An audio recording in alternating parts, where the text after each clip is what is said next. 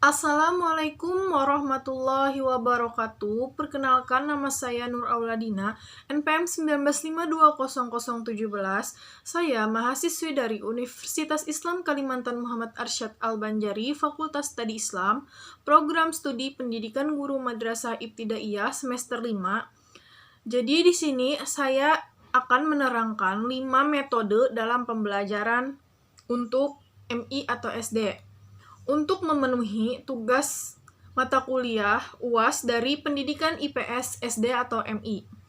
Jadi, 5 metode yang saya ambil di sini adalah yang pertama, metode to stay, yang kedua, metode drill, yang ketiga, metode talking stick, yang keempat, metode debat aktif, dan yang kelima, metode everyone is a teacher here. Jadi untuk penjelasannya kita langsung saja. Penjelasan metode yang pertama yaitu metode to stay atau sering disebut metode TSTS, yang merupakan metode 2 tinggal 2 tamu.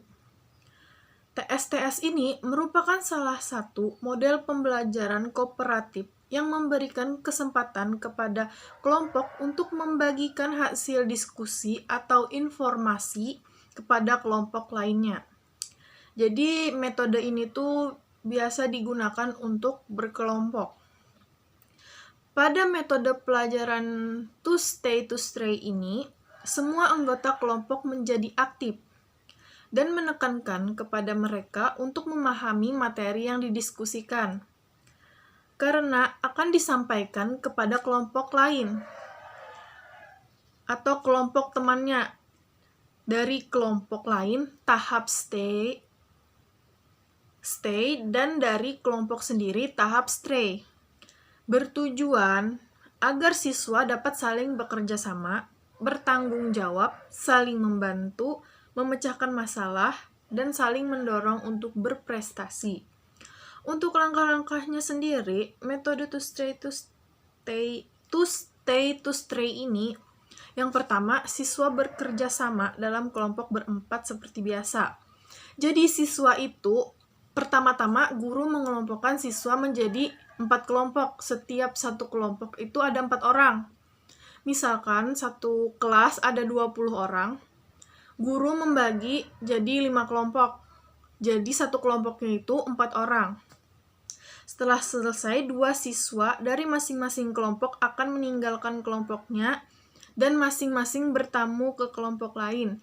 Jadi 2 orang di kelompok itu ada yang tetap di kelompok dan 2 orang lainnya akan pergi bertamu ke kelompok lain, seperti namanya to stay. Yang ketiga, 2 siswa yang tinggal dalam kelompok bertugas membagikan hasil kerja dan informasi mereka kepada tamu mereka.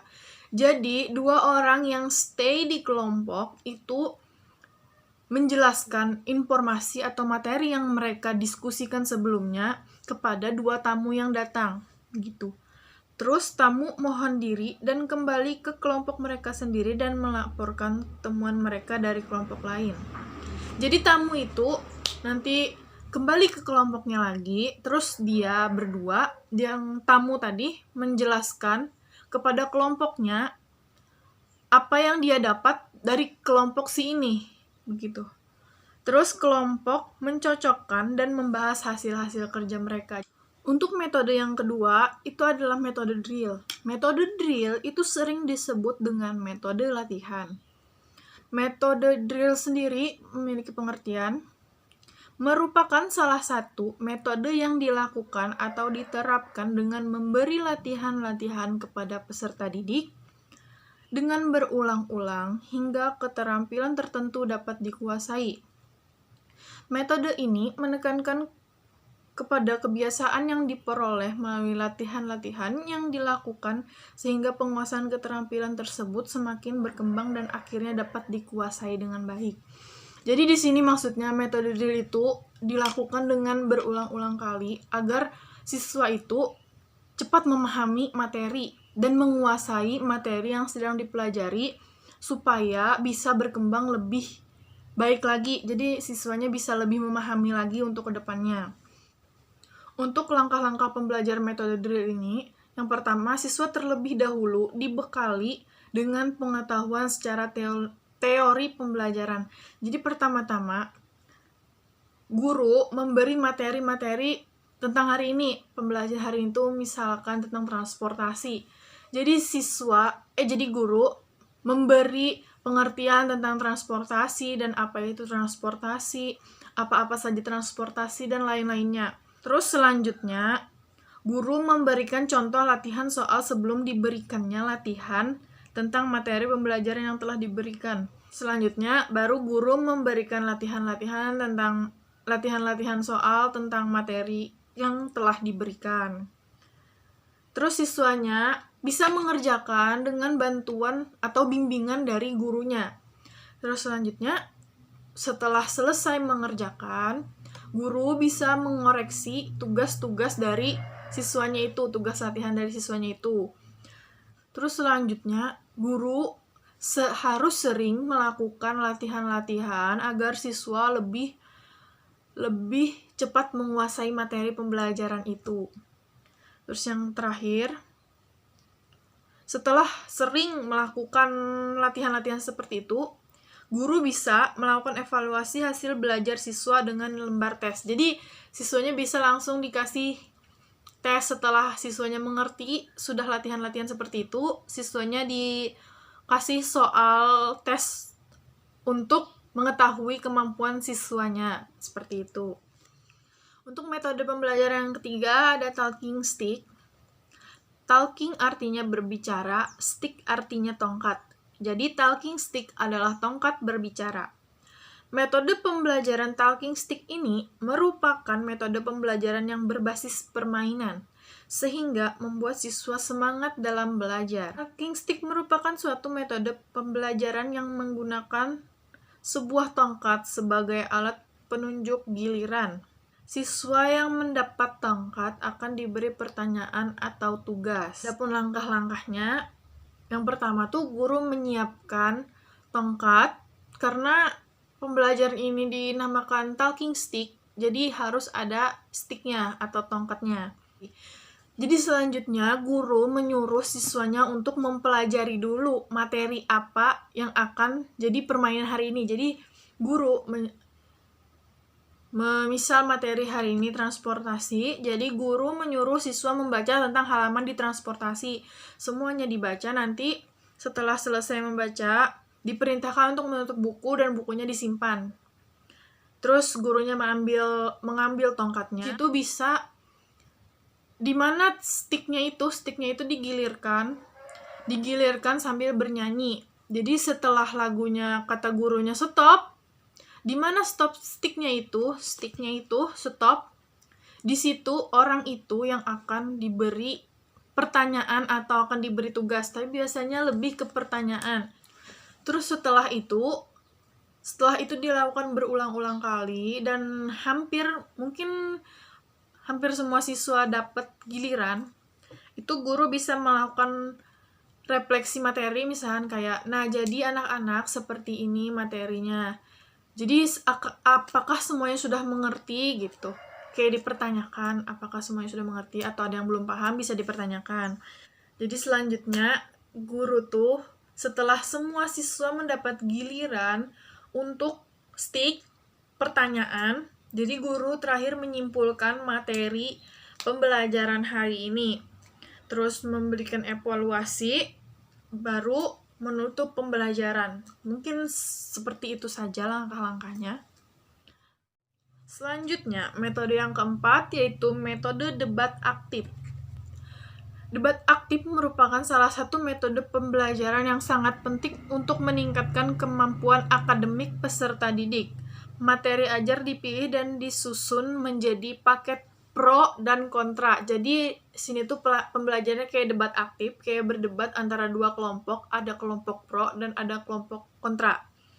Menurut Handayani, menjelaskan bahwa dalam debat dimungkinkan siswa memaparkan pemahaman mereka mengenai suatu topik, terus mempertanyakan pendapat orang lain, berpendapat, mengklarifikasi pendapat, serta mengevaluasi orang lain. Selanjutnya, langkah-langkah pembelajaran metode debat aktif ini adalah yang pertama, guru menginformasikan masalah yang konversional, misalkan kayak permasalahan yang lagi viral hari ini, minggu ini, tahun ini, atau yang lagi viral saat ini. Selanjutnya, guru tuh membagi kelompok, terus ada yang jadi juru bicara, ada yang menjadi moderator. Membagi kelompoknya ini, misalkan satu kelas ada 20 orang, dibagi jadi 2 kelompok pro dan kontra. Selanjutnya, di pro dan kontra ini, di pro itu dibagi lagi menjadi 2 kelompok, dan di kontra dibagi lagi jadi 2 kelompok. Terus memilih juru bicaranya, tiap kelompok diwajibkan memilih juru bicara yang akan melakukan perdebatan. Terus memilih juga moderator. Selanjutnya, memulai debat dengan para juru bicara yang mempresentasikan pandangan mereka. Jadi, para juru bicara, setelah itu kan ada 4 tuh juru bicaranya karena ada 4 kelompok satu kelasnya. Jadi 4 juru bicara itu mengedepankan pandangan mereka tentang masalah yang lagi viral itu. Sesudah itu moderator mempersilahkan juru bicara duduk ke kursi masing-masing. Jadi setelah melakukan argumen, mereka kembali ke kursi masing-masing untuk membicarakan lagi apa yang dikeluarkan untuk argumen selanjutnya, seperti itu. Sesudah itu, juru bicara saling berhadapan diminta untuk meminta argumen untuk membantah argumen pembuka dari kelompok lawan. Kelompok kontra itu membantah argumennya si pro, seperti itu mungkin. Akhir debat ini tidak perlu menentukan kelompok mana yang menang, karena ini kan untuk debat biasa per kelas. Terus meminta peserta didik untuk mengidentifikasi argumen yang paling baik. Jadi siswa itu melihat argumen yang mana yang paling baik dalam pembelajaran ini, menyampaikan poin-poin penting dari perdebatan tersebut, seperti itu. Untuk metode yang kelima adalah metode everyone is teacher here, yang berarti semua orang adalah guru di sini. Itu merupakan metode di mana siswa dilatih untuk menjadi guru bagi teman-temannya. Hal ini dimaksudkan untuk mendapatkan partisipasi aktif dan tanggung jawab siswa dalam pembelajaran. Sehingga siswa tidak hanya menjadi objek dalam pembelajaran, tetapi juga menjadi subjek dalam pembelajaran. Dan selanjutnya, untuk langkah-langkahnya, yang pertama, guru membagi secari kertas untuk peserta didik. Selanjutnya, mintalah mereka untuk menulis 1 pertanyaan tentang materi pembelajaran hari ini, atau materi pembelajaran yang sedang dipelajari ke dalam kertas tersebut. Terus kumpulkan kertas, lalu acak kertasnya, kemudian bagikan kepada siswa. Bagikan kepada siswa itu jangan sampai siswanya mendapatkan soal milik dia sendiri. Jadi emang harus diacak secara acak. Terus minta mereka membaca soalnya. Selanjutnya minta mereka menjawab soalnya. Setelah itu panggil mereka secara bergantian untuk membacakan pertanyaan serta jawabannya yang sudah dia jawab sendiri. Selanjutnya minta peserta lain untuk memberi tanggapan. Jadi peserta lain bisa aja memberi tanggapan tentang pertanyaan dan jawaban yang sudah dia bacakan di depan kelas itu. Nah, itu saja 5 metode pembelajaran yang saya jelaskan. Salah hilapnya mohon maaf. Assalamualaikum warahmatullahi wabarakatuh.